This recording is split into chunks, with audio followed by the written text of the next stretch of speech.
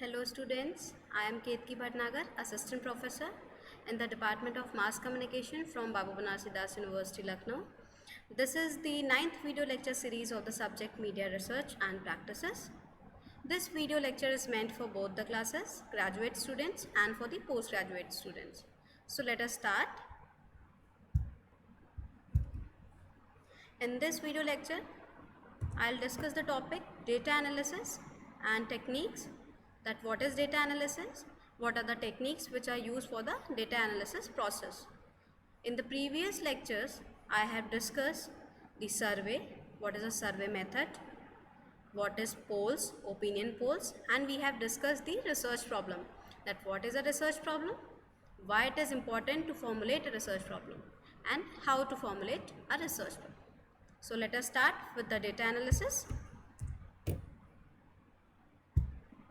So here in this pictorial explanation, it is mentioned that analysis of data, first collection of data. Yes, if you have to analyze something, then you need something, and here we are talking about research. So collection of data is important for the analysis of data. Then what we do, we just do the analysis of data, and then after analyzing the data, we draw logical inferences. So let us move. What is data analysis? What does it mean? Data analysis is defined as a process of cleaning, transforming and modeling data to discover useful information for business decision making. But here we are talking about the research. Research can be in anything. It is for the science, it is for the human, it is for the society as well. So here we are talking about every aspect of the data analysis related to research. The purpose of data analysis is to extract useful information. Yes, what we have to do when we have collected the data, then we have to extract the useful information which can be used for our research purpose or study from data and taking the decision based upon the data analysis.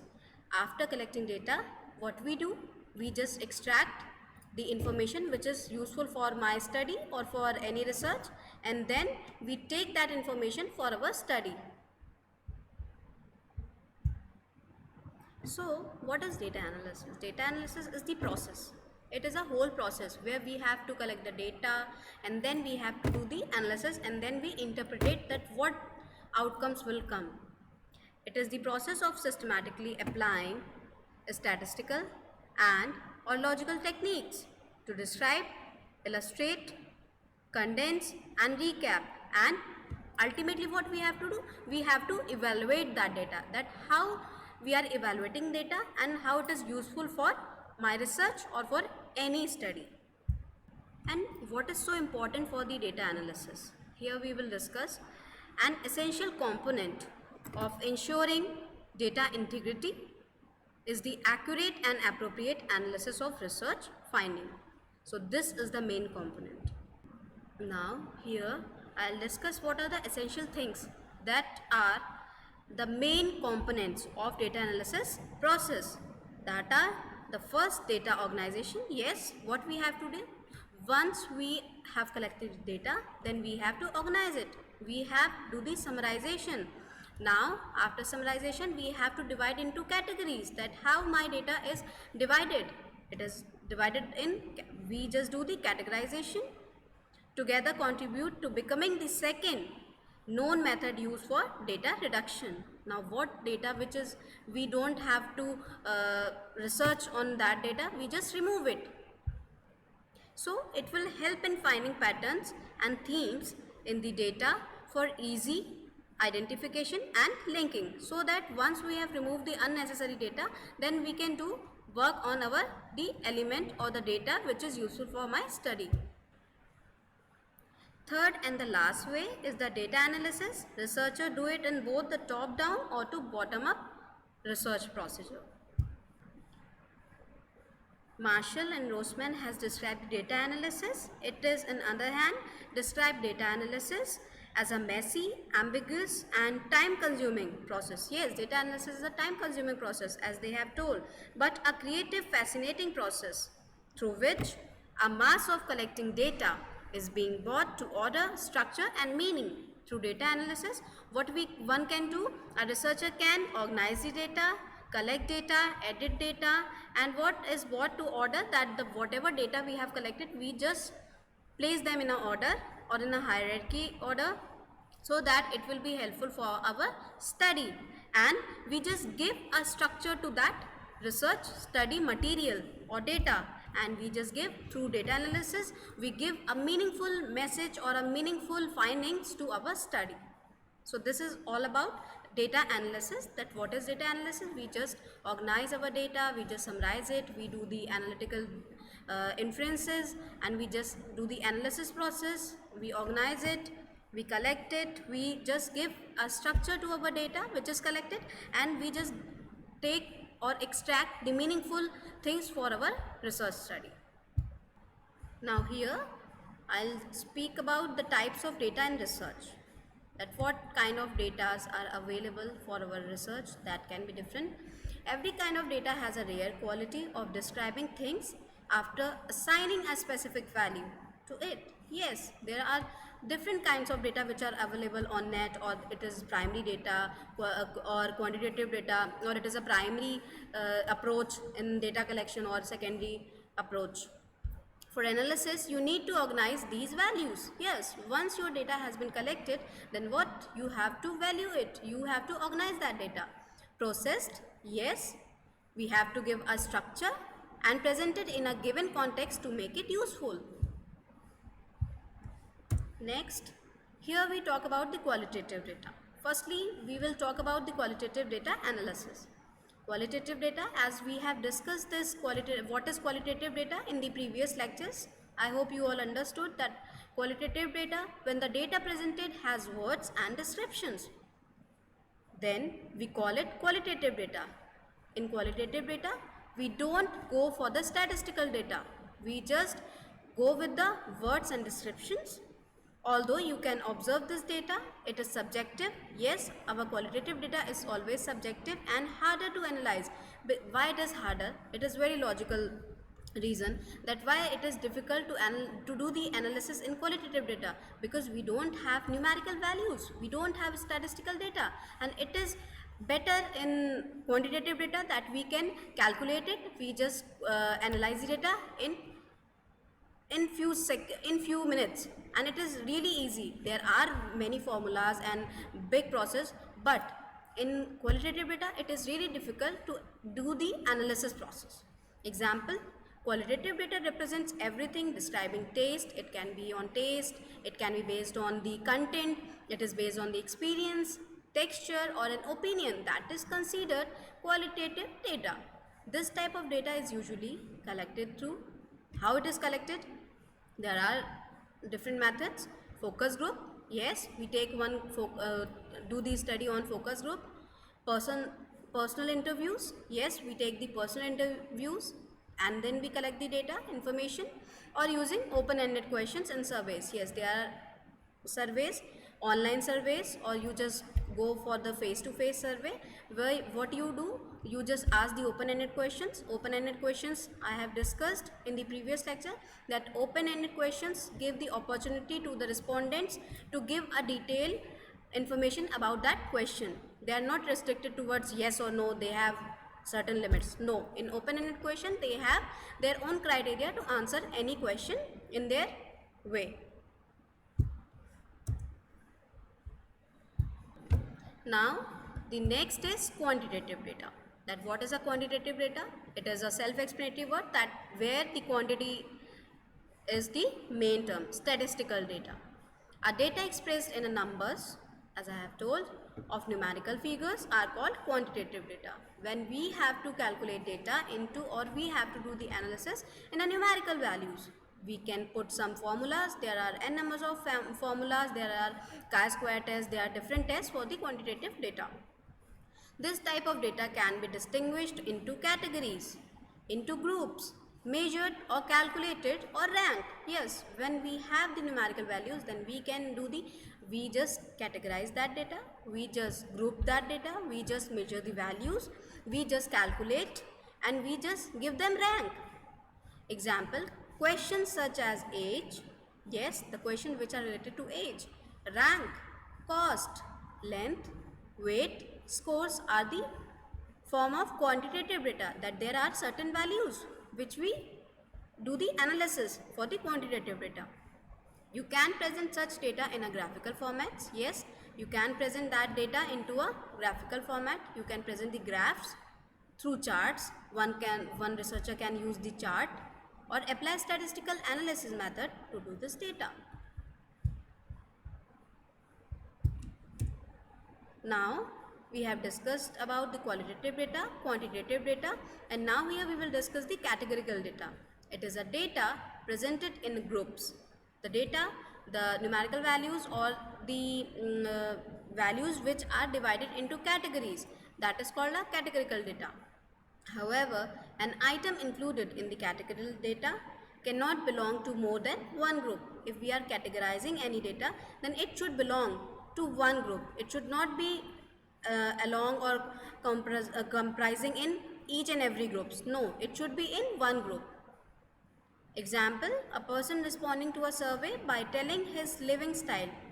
For example, for the categorical data, a survey is conducted by any company or any agency and they have to tell about their living style, marital status, that they are married or not married, smoking habit, they just do oftenly or take one in a day or occasionally, it can be anything. Smoking habit they have to mention. The drinking habit comes under the categorical data, that how much water you consume in a one day. A chi-square test is a standard method used to analyze this data. chi-square test इसमें use करते हैं categorical data analysis के लिए. If I have or any researcher has to go for the categorical data analysis, then they will go for the chi-square test. That is the best method. So let us move towards the next slide. We have discussed the data on which we can do the analysis, and those were the qualitative data, quantitative data and the categorical data. Now here we will discuss the methods used for the data analysis in qualitative research, that what kind of methods one can use or a researcher can use for the qualitative data. Now here the different methods that are used for the data analysis and qualitative research. Yes, there are many things that we go. The content analysis in a research method used to identify patterns in recorded communication. To conduct content analysis, you systematically collect the data so that one can do the content analysis, which can be written, oral or visual, that could be books, newspapers, e-magazines or anything. So first, there are several techniques to analyze the data in the qualitative research, and first is content analysis. That what we do, we just go with the content, whatever content we have, we just do the analysis of that data. It is widely accepted and the most frequently employed technique for the data analysis in a research methodology. It can be used to analyze the documented information from text, images, sometimes from the physical items. It depends on the research questions to predict when and where to use this method. Content analysis, when we have to do the analysis on the content which is available for the researcher, that could be text, that could be images or sometimes from the physical items, or it can be books, newspapers, e-journals, anything. The data which is in the content form, a researcher can do the analysis on that. The purpose of content analysis is to read between the lines, that whatever read between the lines means the hidden message behind that particular data which we are analyzing, or the data or the information which we are extracting from that content. It aims to determine answers to question where the text implies something and not necessarily explicit. So this is the method that is used for the data analysis for the qualitative research, and content analysis is the method to go for the qualitative data analysis. So let us move towards the next one, narrative analysis, which is used for the qualitative data analysis method. Narrative analysis, this method is used to analyze content gathered from various sources such as personal interviews, field observations, and surveys. The majority of the times, stories or opinions shared by people are focused on finding answer to the research questions. Narrative, you can call the narrative analysis is the genre of analytical frames where researchers interpret stories that are told within the context of the research. If I am researching on some topic, then what if I am collecting data from any person that they are telling the stories related to that particular subject story, or it can be genre of analytical frames that I am doing, and I just interpretate that story for my study within the context of research or shared in everyday life. That is a narrative analysis. Narrative analysis or narrative inquiry is a qualitative research approach where the researcher analyzes these stories people create, engaging in inquiry of asking a given questions of narrative text for given purpose or for the study purpose. So this is the method that is used for the data analysis in the qualitative data. When we have the qualitative data, we can go for the content analysis, we can go for the narrative analysis. That depends on the content which is available, the data. Next, disclosure analysis. Similar to narrative analysis, this is the similar to the narrative analysis. Disclosure analysis is used to analyze the interactions with the people when you talk, when you discuss anything for your research purpose with someone. Nevertheless, this particular method considers the social context under which or within which the communication between the researcher and the respondents takes place. If I am a researcher and I have selected one guy for any research and I am just discussing my topic, that I have to grab or extract information from that particular person for my study. In addition to that, disclosure analysis also focuses on the lifestyle and day-to-day environment while deriving any conclusions. The disclosure analysis is a research method for studying written or spoken language. It can be used in relation to its social network or social context. What happens in disclosure analysis? We just go for the social context.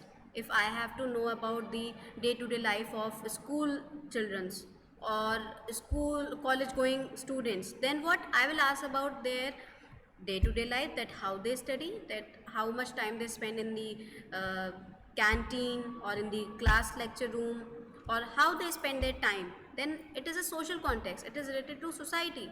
So it is a research method for studying written or spoken language in relation to social context.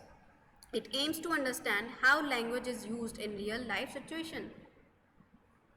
It is why you do disclosure analysis. You might focus on that what is the purpose of doing that disclosure analysis, the purpose and the effects of the different types of languages or anything that is related to society, and it can be related to our day-to-day life activities as well.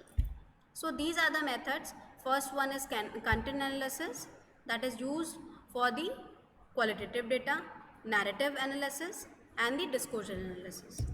Now let us move towards the next, quantitative analysis. Now we have to do the work with the quantitative data. That what is a quantitative data? I have already explained. I have told you guys about the categorical data, qualitative data. I have discussed the methods which are used for the data analysis in qualitative data. Now here we will discuss the methods which are used in the quantitative data, the data which is in numerical form, what kind of analysis we can do or what methods we can apply for the quantitative data. So let us start. The first stage in research and the data analysis is to make it for the analysis so that the nominal data can be converted into something meaningful. Data preparation consists of the below phases. So here we will discuss that how one data is used or analyzed in the quantitative data. So let us move towards the next slide. Phase 1.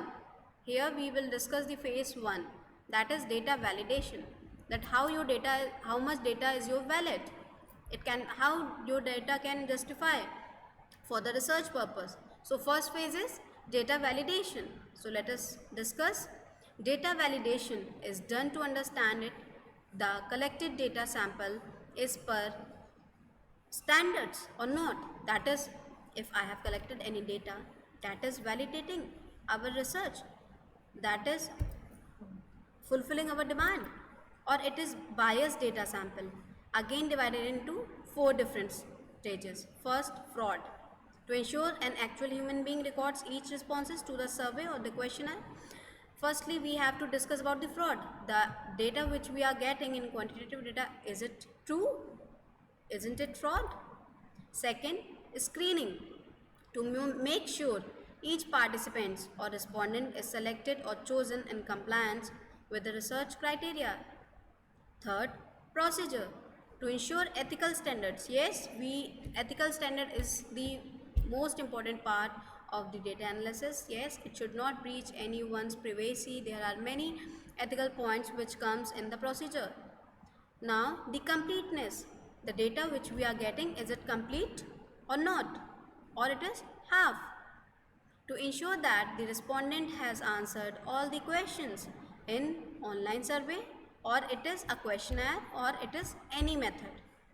The data which we are collecting through the various data collection methods, the data should be complete. It should not be incomplete. Otherwise, the findings which we are looking for will not come as we are expecting.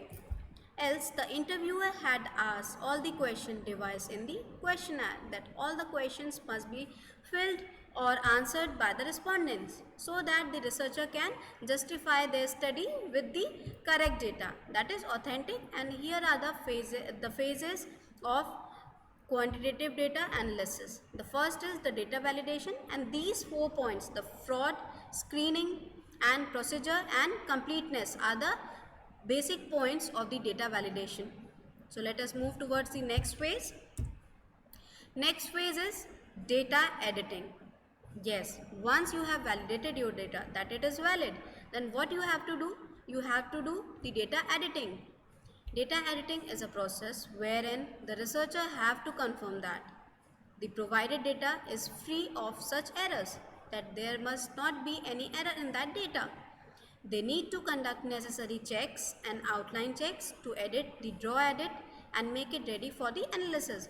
Once you have edited data, then you can go for the analysis process of your data. Next phase is data coding. That what is data coding? Out of all three, the most critical phase of data preparation associated with the grouping, that yes, we have to do the data coding. We have to group it, we have to assign values to the survey responses. So these are the first three phases of the quantitative data, that we have to validate the data is valid. The second, data editing. The third is data coding. It is very important phase of quantitative data analysis process. So the data coding is very important part of any quantitative data research analysis. It refers to the process of transforming collected information or observation or a set or to set that data into a meaningful manner, observing or cohesive categories. By coding data, researcher classify and attach conceptual labels to empirical objects so that it can be useful for the research purpose or for that particular study. So these are the three phases which we have discussed here. Now let us move towards the next one. Methods. Now here we have discussed the phases before we start applying that method in the quantitative data. So the first was validating your data, second was editing your data, and third was coding. Now here we will discuss the methods, as we have discussed in the qualitative data that there are three methods. First is the content analysis, narrative analysis, and disclosure analysis. Now here we will discuss about the methods used for the data analysis in quantitative research. After the data is prepared for analysis, researcher are open to using different research and data analysis methods so that one can justify with their work for their study. For sure, statistical techniques are the most favored to analyze numerical data. Yes, as I have discussed, it is really typical to do the data analysis in the qualitative data, but it is really easy to go in for the statistical data, that is quantitative. The method is again classified into two groups. Yes, first descriptive statistics. First, the descriptive statistics used to describe data, that the data is describing itself, that what it is. And second, inferential statistics that helps in comparing the data. Yes, the two methods are used. First is descriptive statistics and second is inferential statistics, and that tells us how to compare the data which is available or which is collected through the quantitative data. Next, first is the descriptive statistics. Now, the descriptive statistics, this method is used to describe the basic features of versatile types of data in research. It presents the data in such a meaningful way that patterns in the data starts making sense. Nevertheless, the descriptive analysis does not go beyond making conclusions. Descriptive statistics are used to describe the basic features of a data, that it is a basic nature of that particular data. What it tells? It just gives a brief description about the coefficients that summarize a given data set, which can be either a representation of entire group or a sample which we are taking for the particular study. Descriptive statistics are broken into the measures of central tendency and measures of variability. Now, the conclusions are again based on the hypothesis. Here we are talking about the descriptive statistics and the methods which are used in that particular descriptive statistics. Have formulated so far.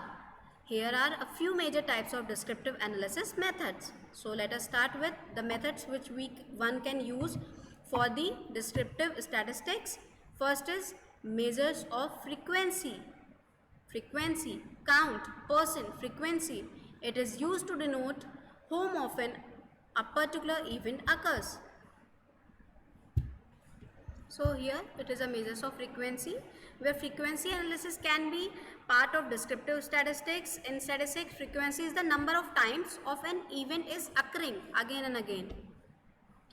Frequency is the number of times an event occurs. It is an important area of statistics that deals with the number of occurrences, that how many times an event or anything particular reaction is going in a particular research. Or it tells what? It tells the occurrence, that how much that particular study or that particular content is, or that particular value is occurring, or any event is occurring, and analyzing measures of central tendency and dispersions and many more, which here I will discuss. Now here we will talk about the measures of central tendency. It is also a method used in descriptive analysis and which is a part of quantitative research. Central tendency is defined as statistical measures. Yes, it identifies the single value as to represent the whole entire distribution. It has mean, median and mode. These are the methods which are used under the measures of central tendency, that we have to find mean, we have to find a mode, we have to find a median. The method is widely used to demonstrate distribution by various points. Now the next is the measures of dispersion or variations. What does dispersion? Dispersion means what? Dispersion means scattered. The values which are scattered, which are dispersed or spread, is the extent to which a distribution is stretched or squeezed in the measures of dispersion. It is used to identify the spread of scores by stating intervals, that how much data is our spreaded, or it is distributed or scattered. The range, the methods which are used is the range, the variance and the standard deviation. We have to find the standard deviation, before that range and variance. Now the next point, the method which is used in descriptive statistics under the measures of position. Position, we have to give a position to our data. Percentile, ranks, quartile, ranks. It is often used when the researcher want to compare scores. If I am a faculty and I have to give scores and I have to justify that this particular student is the first, this is the second, this is the third, then what I have to go for the measures of position. I have to give the position to the students in a class. It is often used when researchers want to compare scores with the average count. Measures of position give us a way. It just gave us a way to see where a certain data point or value falls in a sample or distribution. That particular, if I am taking an example of class and I have to rank the students that he is first or she is first or second or third, then what I have to do, we have to just create a data point where I have to give them a value so that it can be used for comparing scores with the students and I can just rank them according to their values. A measure can tell us whether a value is about the average or whether it is unusually high or low. That there in a class a student is very good, excellent or average student or below than average. Measures of position are used for quantitative data. As I have discussed, these are the methods which are used for the quantitative data, especially in context of descriptive statistics, and these are the methods which are used for descriptive statistics.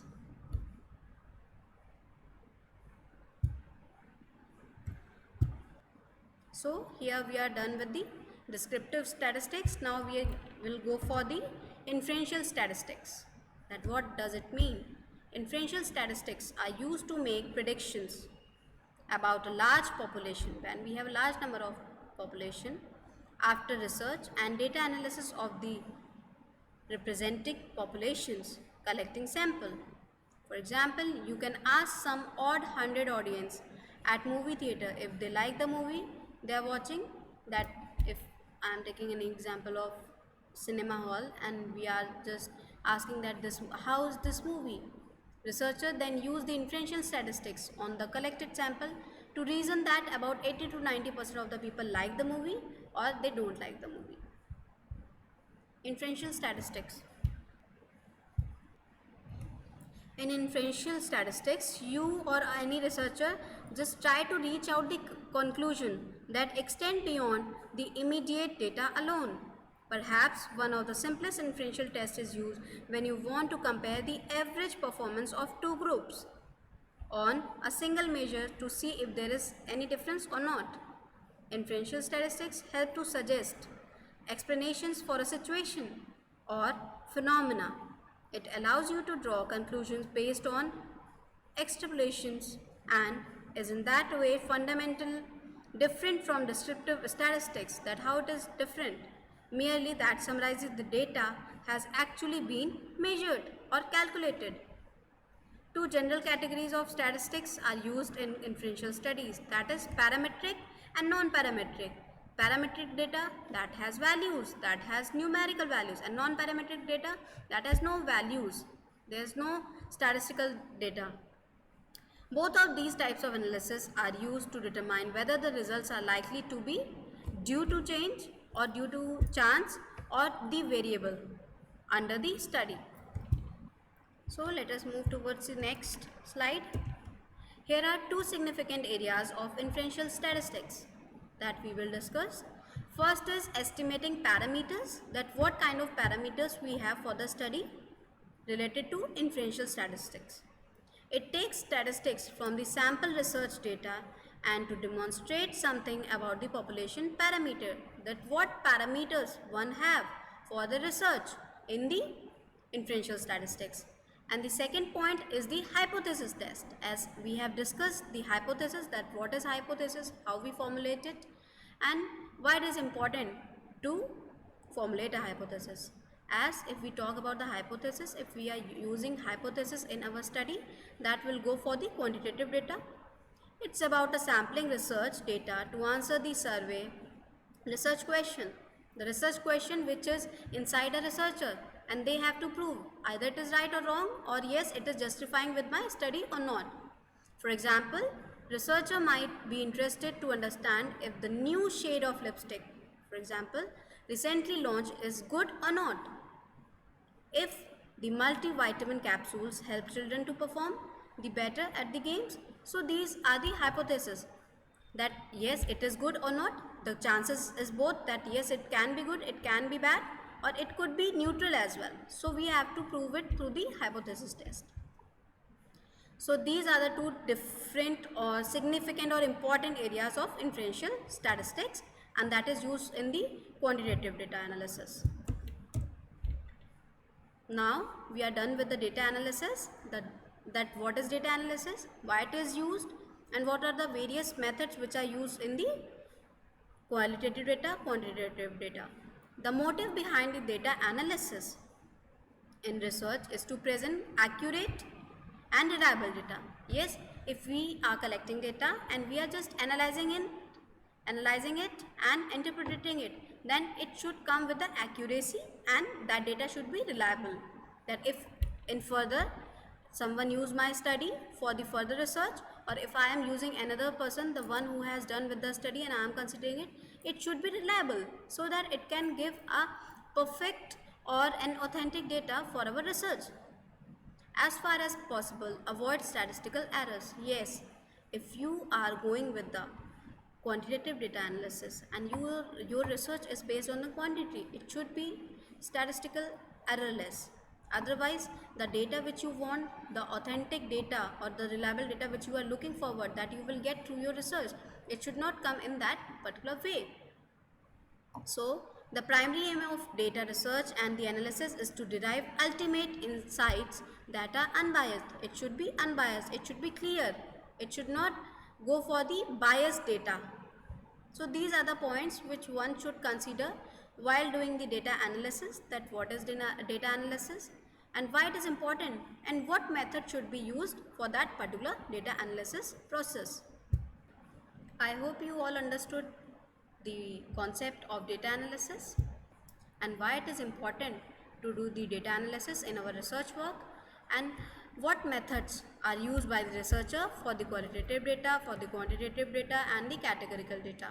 As we have discussed the data types in the previous lectures, also the methods, and here we have discussed the data analysis methods which one can use for their research purpose in analyzing that particular data. It could be qualitative data, it can be quantitative data or categorical data, but their methods are different and stages are different. So one has to be very clear that what method they are using for the qualitative data method analysis and for the quantitative data method analysis. And data analysis is a very important part of any study or for any researcher, because somewhere it gives an opportunity to organize that particular data which we are collecting through the various data collection method.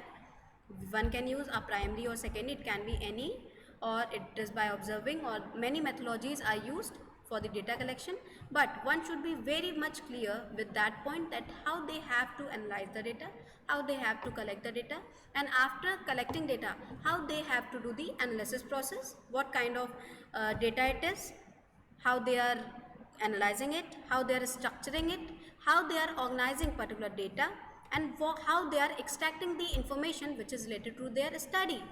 So these are the various points which we have discussed in this video lecture. I hope you understand the concepts in the previous lecture also and in this lecture also. Thank you so much. Have a nice day.